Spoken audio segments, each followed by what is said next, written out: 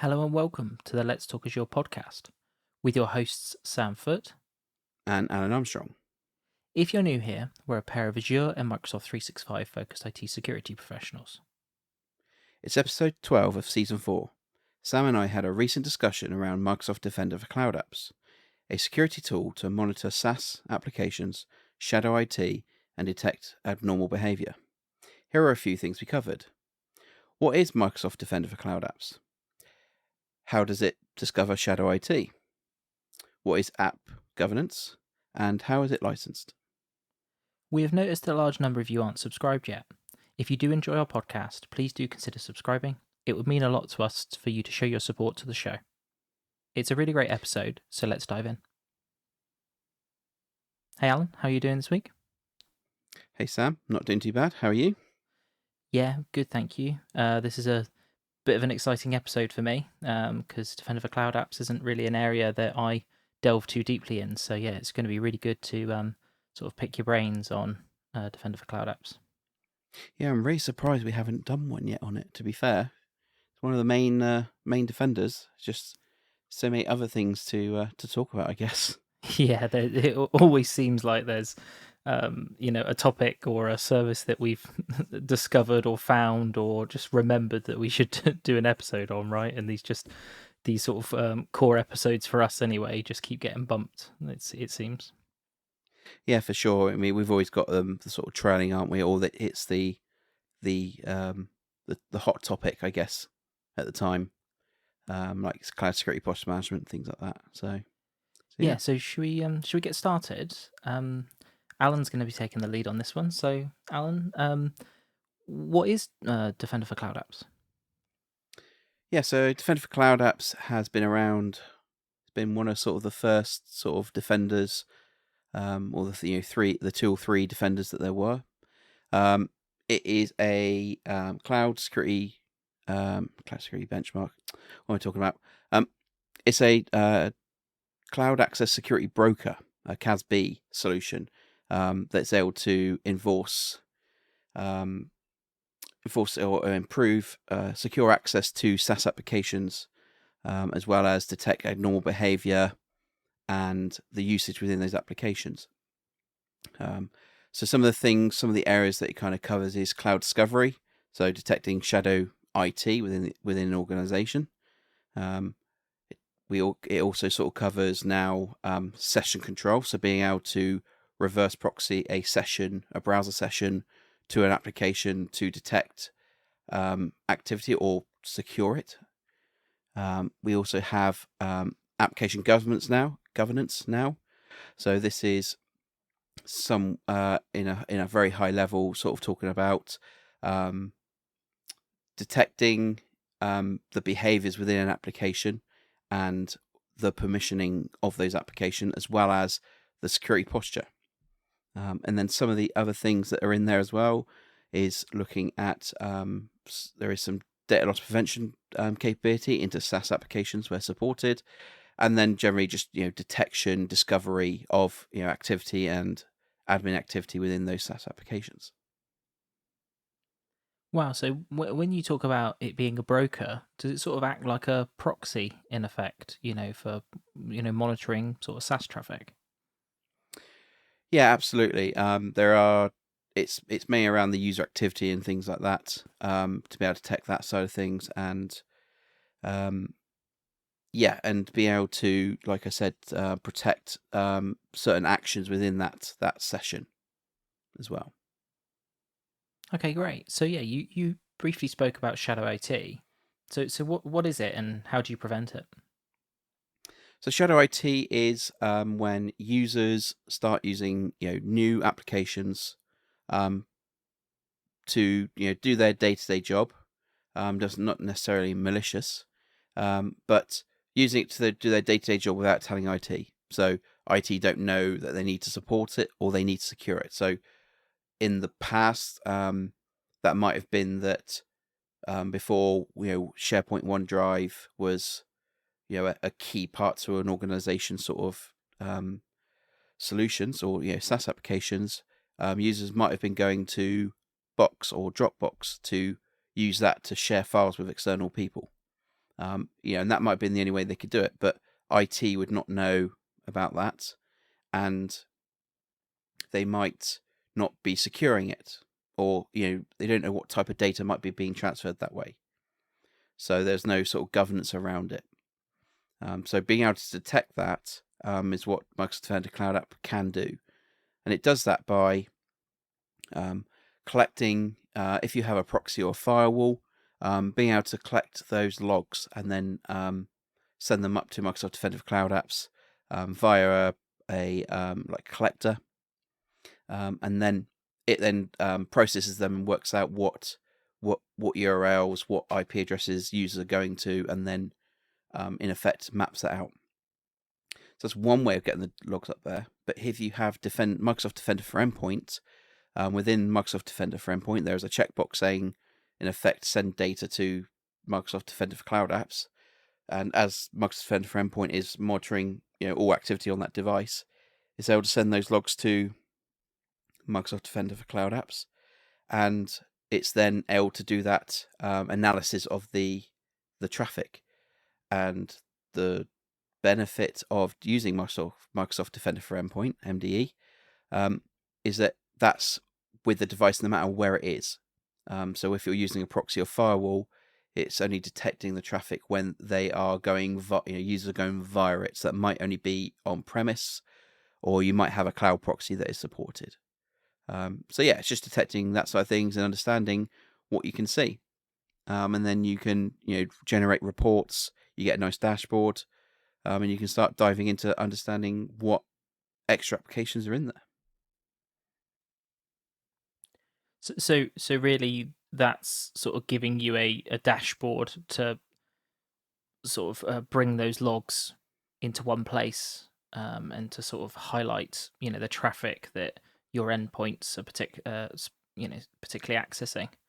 I suppose Shadow IT is probably more dominant in the web space now, I assume, right? Like web SaaS applications more than installed applications. As admin rights have been stripped away and things like that. So this is really I suppose with Defender for Endpoint, is sort of every browser supported? Is it just any web traffic that comes off of the machine? Yeah, it's all traffic coming from the machine itself. So it's not specific to the browser or anything like that. It's if you're using proxies, then it's dependent on the device or the browser being redirected through that proxy to see that traffic. So there may be some. Maybe it's not system level proxy; it's only user level proxy, so you may not see what system is doing. I guess that's a potential there.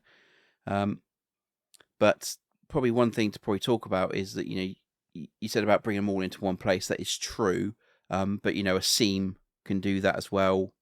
To bring them into one place. But what Microsoft Defender for Cloud Apps is doing is analyzing it and mapping it against known SaaS applications. The IPs, the URLs, things like that. So you've actually get it by application rather than the raw logs, because Microsoft Defender Cloud in effect ingests the raw logs, but then it passes them and then it just brings out the statistical data, the aggregated data. Basically, it doesn't keep the raw logs for a long time.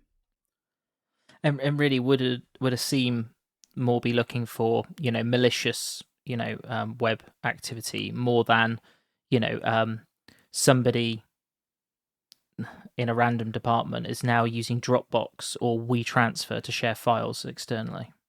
From the raw log perspective, probably yes. But I think you've got to then think about, a SIEM could do that, could detect what type of SaaS application, but they've got to have that data to know what to look for, and you'd have to be. It's not you're not really actively looking for that sort of query. I don't know how you would sort of analyze that data in a SIEM that way against all possible SaaS applications out there. So because you would need to know all those possible SaaS applications, wouldn't you? Ahead of time, and you'd have to manage that yourself, wouldn't you? You'd effectively be blacklisting certain URLs, domain names, etc., wouldn't you, from those logs? And I suppose Defender for Cloud Apps is effectively doing that for you and wiring all that up for you in a easy to digest sort of package. Yeah, exactly. So it's Microsoft are keeping up with the URL changes, the IP addresses, things like that. So you don't have to, and they've built that catalog, or they have a catalog, and that's probably worth talking about. So within Shadow IT, within the cloud discovery part of Defender for Cloud Apps, there is a catalog, and I think there is something like 120,000 applications in there, and each application has a risk score against them, dependent on the type of application it is and what they may or may not support. So Microsoft in this catalog for each application, they identify some of the functionality and their regulatory compliance sort of state. So it will tell you if they are ISO 27001 regulated, compliant, or GDPR, or if they have GDPR controls. It also tell you whether they use SSL, whether their website has any, not necessarily vulnerability, but some of the like old vulnerabilities are like oh god, I can't remember of them now, but some of the really early ones that the TLS version, things like that of their website. But it'll also tell you whether they do MFA, whether they support MFA, whether you can do single sign-on, whether there's sort of like a JML process that you can do, as well as when they were last breached, where publicly announced kind of thing. So that information can be used to then create that risk score. And you can then build policy as well to then say, if I see, alert me when Microsoft tell us about a user using an application that has been recently breached, so that you can at least check the risks against that application as well.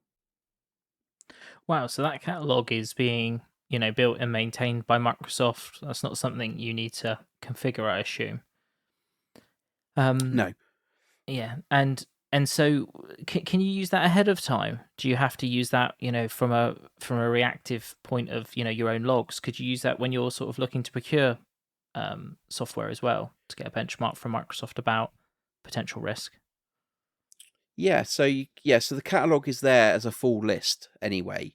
So yes, you can go in there and you can go and search for applications, and see what Microsoft sort of thinks of them, as from what information they can collect.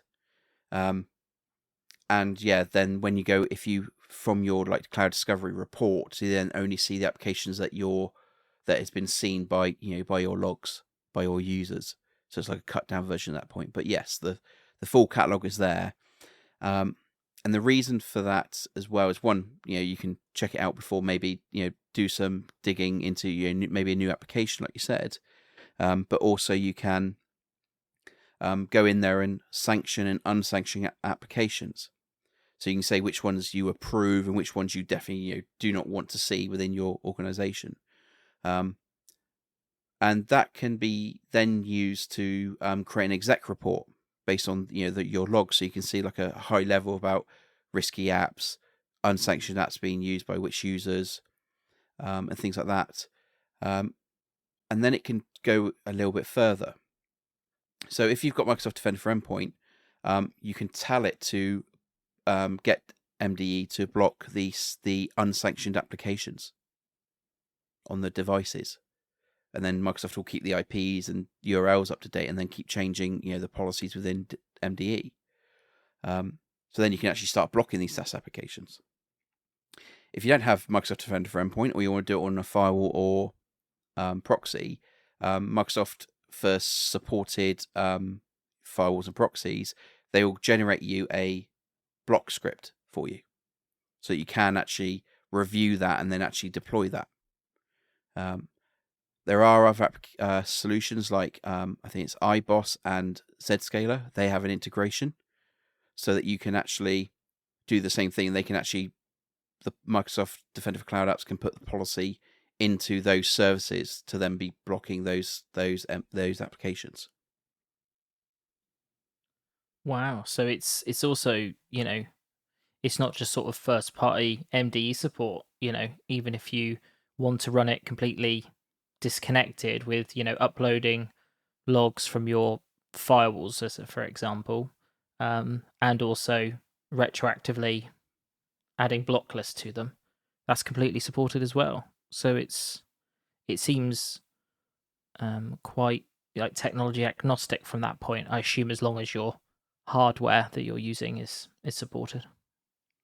Yeah, and so all the major proxies and firewalls are supported. It's only maybe some of the bespoke ones that you may not see, or maybe you've got something. Yeah, most of the ones are supported in there. So yeah, I mean it's great. It's quite interesting when we do it when we go through it with customers, because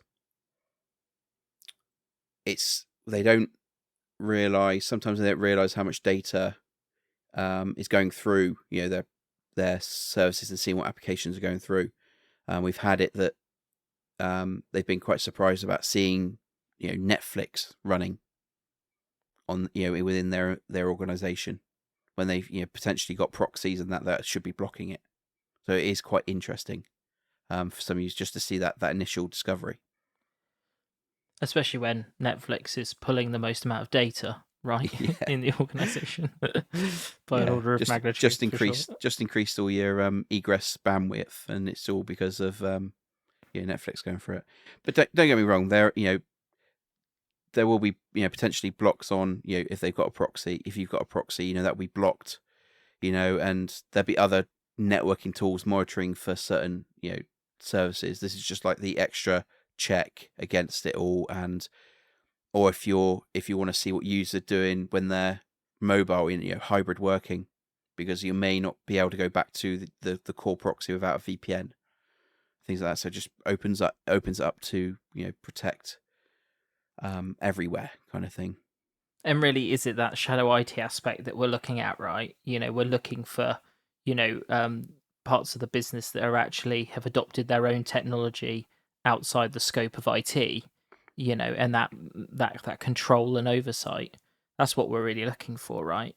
Truly unsanctioned apps, different like cloud products being used, random team using Dropbox. Nothing wrong with Dropbox, but if your organization, is set up to use OneDrive, and all of your focus and posture management is all been around OneDrive and SharePoint, and then you notice there's a lot of Dropbox usage, that can start to show you where that's being used.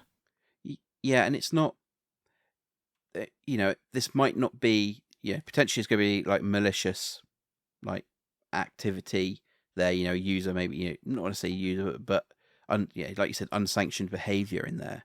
But there may be a legitimate reason why a department is starting to use a technology. So it's actually just bring it to IT's detention, IT's attention, so that maybe they can have that conversation about why they're using it, to understand whether they can bring it into scope. Maybe it is a solution that could then help other parts of the business.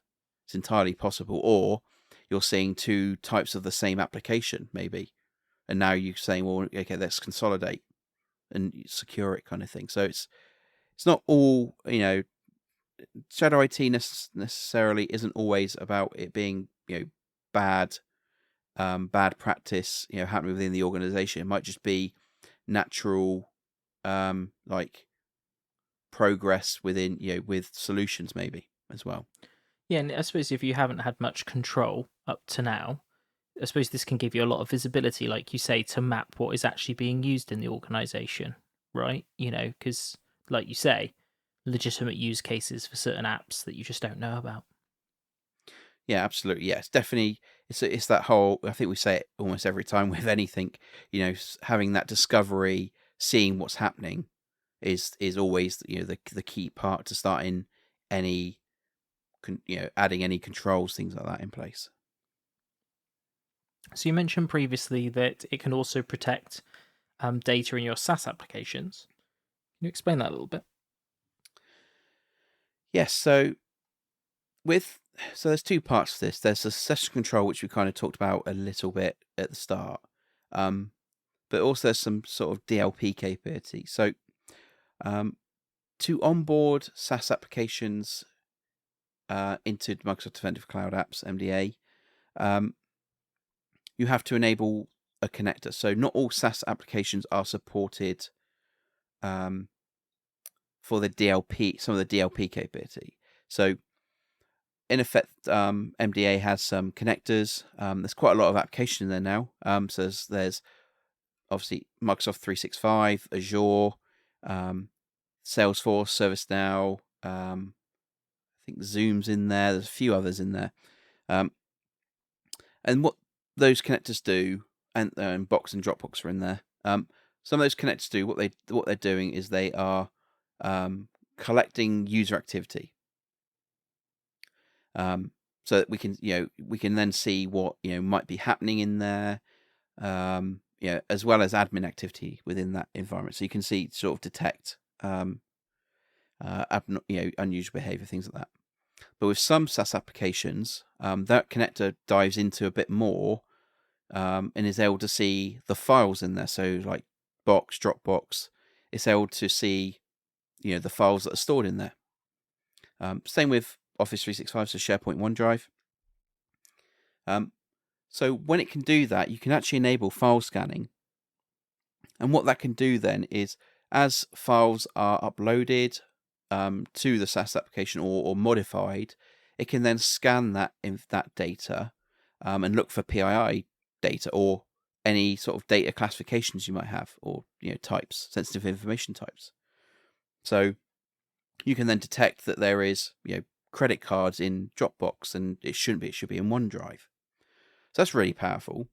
But especially with SharePoint, OneDrive, and either Box or Dropbox or both of them, I can't quite remember. It can also determine how they are shared. So it will tell you if there's a public link to them. So now you can do detections on, I see 10 credit cards in this file, and the share link is anyone can open it, which I think is really powerful. Yeah, exactly, because it's then it's going outside the bounds of the Microsoft ecosystem, right? And really hooking into those, like you say, sanctioned third-party data repositories, which can potentially host anything, right?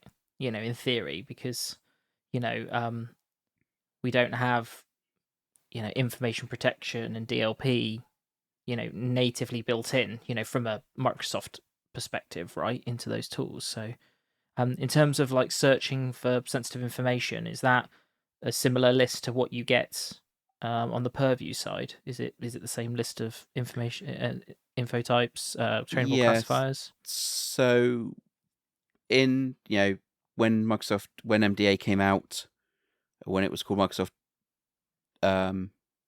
Cloud Security, I almost forgot that. It had its own engine in effect initially, and then Microsoft brought in the inspection engine from what's now called Purview from the Compliance Center in effect. So yes, now you can use that. I think you can use trainable classifiers as well to do that detection. So it is bringing all that information. So if you've got some custom ones, then you can detect that data as well. So yeah, so I guess we found that type of like scenario where there's a publicly shared file. Again, with some of these solutions, so not all of them are supported, but you can actually remove that link as well as a remediation. So you can not only like detect it and alert on it, you can actually say, well, actually, I don't want it to be shared, so I'm going to remove the share link. Nice, that's really powerful, isn't it? Because you're also getting some sort of response capability with those third-party apps. Yeah, exactly. So there is that, and you did talk about information protection. So you can. So I don't know in Box and Dropbox, but definitely in SharePoint and OneDrive. If you find those types, they don't have a sensitive label, or you want to go and detect sensitive labels as well, then it can do that. But it can also apply a label to app files. So I'm not too sure if that's done in Box and Dropbox. I think it might be, but I can't confirm that. but definitely within SharePoint and OneDrive, you can apply a label to it. So if you are using it, information protection, purview information protection, then you can classify the data, or you can search. You can do some of your detection can be based on the label applied to a file as well. Nice. That's really powerful. Are there other detections that Defender for Cloud Apps has? Yeah, so because we're pulling all that other information in, I was saying about the activity and that, Microsoft MDA has a load of built-in detections or threat detections. So it's looking for things like, unusual behavior. All of a sudden there's a mass download on OneDrive or mass upload to somewhere, to Dropbox, with public links. It can detect users coming, impossible travel, coming from out of date browsers, coming from devices that aren't hybrid joined, that sort of stuff. So you can detect where users are coming from, what they're doing, and it's showing the activity is very granular. It's showing you that a file was open, a file was downloaded, a user signed in from this location, then 20 minutes later they're now 1,000 miles away. So you can also add like your IPs, your corporate IPs, to reduce the amount of false positives there. But recently as well, Microsoft have started moving the abnormal behavior capability into the core of the Microsoft 365 Defender as they're all coming together. So now some of those policies that were there are now being built into the UEBA engine that's now within the Microsoft 365 Defender, that Defender for Endpoint and Defender for Office use. So it's now bringing it all into that core product now. But yeah, there's various detections there. There's things like that. There's, like I said, there's some other detections, like a new SaaS app being used from the Cloud Discovery tooling, from those alerts. There's also the ability to, at least in SharePoint and OneDrive, to scan for malware as well, because you may not have Defender for Office, or this is checking stuff that prior to it, be able to detect malware. And we've seen that with customers where they said, we've got AV on all our endpoints, so there's no way anything can get up there. We turn it on and we find out that one of their users has gone home, uploaded their desktop to their corporate OneDrive, and there's malware on it. I see. Yeah, completely bypassing. Yeah, that controlled area. Yeah, and don't get me wrong. There will be, or potentially can be, there will be controls to stop someone logging into an unmanaged device and doing that. But we were talking, 3-4 years ago when I seen that happen, that you don't know about that data, and then maybe that's the same case today, that when before controls were put in place, there's data just sat there that has malicious data there waiting to be executed. You mentioned that there was a detection for a new SaaS application being used. Can you tweak that into deciding sort of what level from the catalog? Could you say, like, any that only alert on ones that aren't ISO 27001 as an example? Yes, you can do compliance checks against. There are some there that you can do compliance checks against, like file, or category of like file storage, against ISO, CIS, and etc. Things like that. But you can also do like a load of users, a group of users has now started using a new HR system for some reason, or a new CRM, and you can tweak how many users and how much data going to that application triggers that. Because if you're a 20,000 user estate, 25 users going to a new to a website might be too small of a sample. You might need to say, if I see 100 or 200 users, 10% of the business starting to use it, that might be a flag that you need to see or what's happening with it. So you've got that. You can do detections on. You can do alerting at least when a new breach is announced. I think I said that earlier for an application. Then there is users using that application. So then you can do your due diligence against it, whether it's an app. If it's a storage application, and who's using it. Ask them, what data was put into it. If it's not if it's not an approved application, things like that. So yeah. And one thing we probably missed when we were talking about protecting applications was that the session control. So session control is in effect controlled via any SaaS application that is integrated with Microsoft Entra ID or Azure AD as its previous name. So if you've got a single sign-on application in there with conditional access, you can force it to go through session control. It's one of the session options within conditional access. So what that does is when the user signs in and they're going to the application, maybe there's some criteria like they're on an unmanaged device. So instead of blocking complete access to to Outlook as an example, you now want to give them some access, but you want to control the session. So when on an unmanaged device, you get pushed to session control. So when it moves to session control, Defender for Cloud Apps then has some policies in there that allows you to stop copy, paste, print, and download and upload. So you can then do you can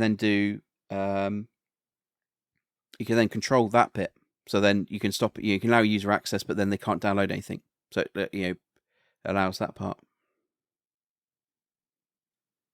Okay, so we're really starting to because we can session control most Microsoft services, right?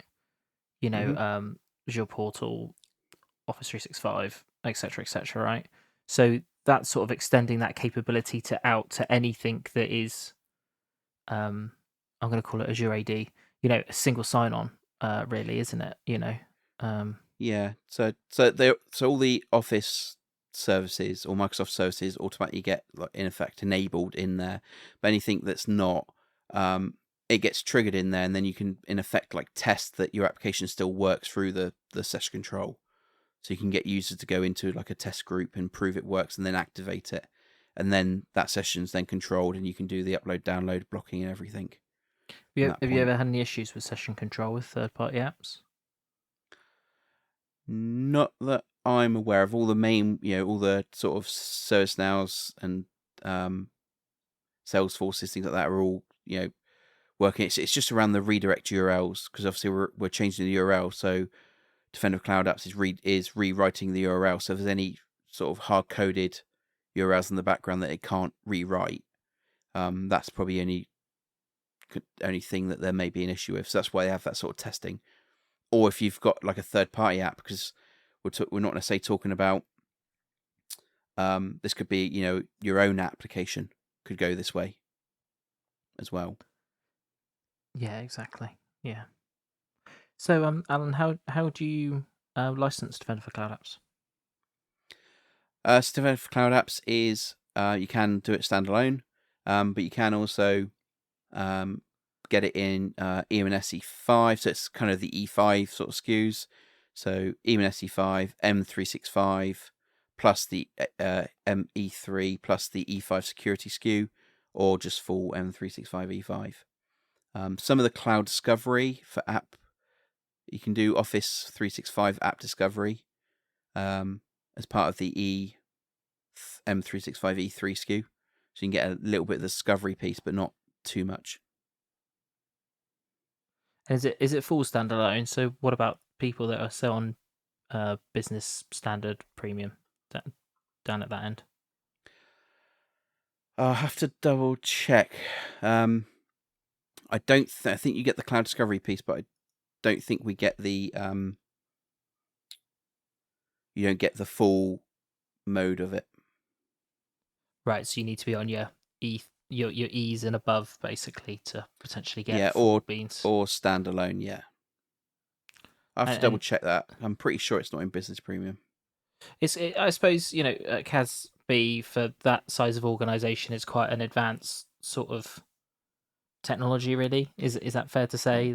It's Yeah, yeah, because I suppose, yeah, you may not have some of the.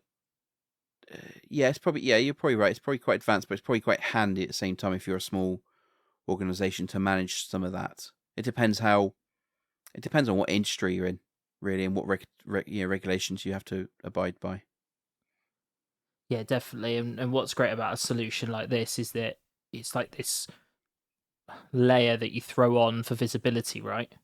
And usually, well, all engagements should start like that, right?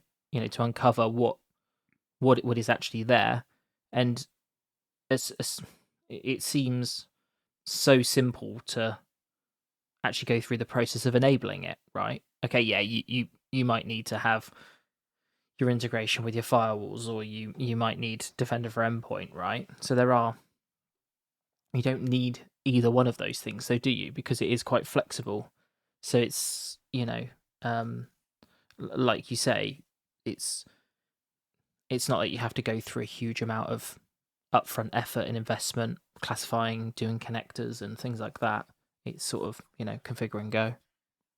Yeah, exactly. It's really easy to get the the Microsoft 365 connectors and Azure connectors installed. And to be honest, some of the other connectors for the other SaaS applications are relatively easy to then hook up to then get that visibility inside of things. You might not be able to get your cloud discovery straight away because you need to do, like you said, those firewall logs, but you can do a snapshot report. So if you've got like a day's worth of logs, you can just upload them and see a snapshot. It doesn't have to be continuous from the start. You mentioned in the first section around application governance. Could you sort of explain what that is? Yeah, so app governance was an extra add-on for Microsoft Defender for Cloud Apps. But as of March this year, 2023, it's now being included in the licensing. So what this is around is showing all of your enterprise applications, your OAuth applications in Azure AD, Microsoft Entra ID, and giving you a detailed report on them. So being able to in effect govern them. So it tells you whether applications are over provisioned. It tells you what permissions they're using. So you might have an app registration that you set up. It might be you're using it for an application you've developed, and it's been over provisioned with permissions. And day to day in the last 30 days, it hasn't used, I don't know, file read write in SharePoint. So you can detect that. You can detect new applications that are coming in that are unverified. So if you don't have the settings in Microsoft Entra ID to block any user from consenting applications, you can then see all these new applications turning up and whether they're what their security sort of risk is. But alongside that, if you've got Salesforce or some of the other SaaS applications connected, this can do a software as a service security posture management sort of assessment on them. So it will tell you whether they've got MFA enabled or they've not enabled some security feature in that SaaS application. So now you can actually kind of like cloud security posture management, see some of those misconfigurations and start to improve them so that you don't have like any backdoors into your SaaS applications. So it's only on supported applications at the moment. I think there's 3 or 4 with like another 4 coming out soon. I think Zoom is one of the ones that's on public preview now, and same with Google Workspace. So that's definitely a new thing that's come in, and those recommendations also feed into your secure score. So now you can see them in a sort of central place that maybe your your CISO is looking at to see how good the Microsoft tenant is. That sounds really well integrated to me, right? I kind of get why that was a add-on SKU before, to be fair, and now it's all wrapped in. It's it's just like another. It feels to me that Defender for Cloud Apps has like, it's got so many buzzwords in it. If that's like, it's the biggest compliment I think I could give it as well, right? There's just so much in it, and I just feel like sometimes I don't realize that there's that much that many different technologies sort of all feeding in, right? It's sometimes it sometimes feels like it's a like a passive. I'm gonna say it like a passive defender. Like it's there, it's doing some grabbing of logs, it's just looking for stuff happening. But there is loads of other stuff in there that is key. I think it doesn't get as much visibility as it should out there. It's definitely one of the key ones to have, for sure. Just the session control stuff is great. Yeah. And this app governance bits that's now come in and I've been using recently. It's amazing. Yeah. Yeah, and organizations are more and more utilizing enterprise SaaS applications, right? Just, and even like you say, even the ones that you have sanctioned, keeping an eye on them, understanding what's being uploaded to them, session control as an example, right? Because it may just be that, like, you might be in a highly regulated industry and you need protection against, DLP, exfiltrating data out of SaaS systems and things like that. Session control can help you with that, right? Well, actually thinking about it, there's one extra feature that's worth talking about. So with the session control, so say you're in an application, you don't allow copy paste download, and maybe you don't allow the user to do they don't have to do MFA, or they can do any MFA. So let's do that.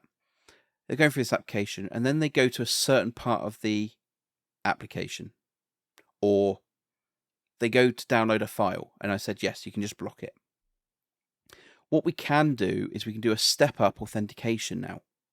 And what that means is that you can use the context awareness feature in conditional access or in Enter ID to say that if this is activated, they have to do this certain thing. So it might be me that you say you've got to do a phishing resistant authentication. So using a FIDO2 key, Windows Hello, to then download that file.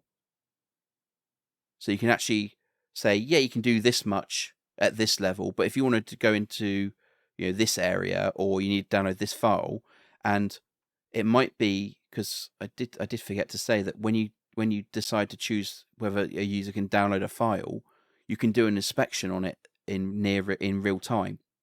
So you could say that if it's got PII data in it, then they have to do a step up to download it. Wow, so you're also getting that like the data context fed into those, those, like you say, those step up MFA challenges, right? And that really blends itself great to the user experience, right? Because it's context aware. It's like, in your SaaS apps, if you're in like app.randomdomain.com, then that's absolutely fine. As soon as you go to admin.randomapp.com or whatever, that area, step up. then you get step up. Okay, right, you need to use your FIDO key, that we're all happy is the sort of gold standard potentially of, phishing resistant MFA challenge, right? And that's also where you can start to layer on your own levels of access control above what the actual owners of those applications have actually built in, right? Because it might be that, because obviously if an application will be integrated with Azure AD, it's only checking MFA at the point of entry. Yeah. And it might be that originally you might say if you've got an admin role, then you've got to do that type of MFA just to go and look at the the lowest level data because you've got that role kind of thing. This is then saying, well, you can go in, but as soon as you want to hit the sensitive area, that's it. You've got to do your higher MFA sort of thing. I don't know. You might be able to. I don't know about the context awareness. I think it might be only MFA side of things, but you might be able to say that you have to be on site, things like that. It might have to be a certain IP address, maybe. I have to double check. 'Cause I've not like dived into that too much yet. So it might be an option as well. You might be able to say where you can access it from. Yeah, exactly. Yes, it's really powerful. Any other areas that you think we've missed, Alan, that you want to cover? I don't think there is. There's probably something I have missed because it's like I said, it is a bit of a beast in the different areas. I mean, we could talk probably about app governance for a whole episode on some of it. But yeah, no, I think I've covered all the key areas to get sort of into it. Like I said, it's relatively easy to start setting up. You do have to have all your users licensed for it. You can scope it down to users that are licensed. You can do that. But if you're only covering sort of part of the business, you've got a hidden area then, haven't you? Yeah, exactly. And we are talking about end users here as well, right? So it's almost like the inverse of what we'd normally license for, right? Your admins are probably less required of licensing in some respects, right, for shadow IT because, well, they are potentially IT, right? So Yeah. So yeah, no, it's great. Thank you for that, Alan. That's a really good overview for sure. Thanks. Okay, so what's the next episode then, Sam?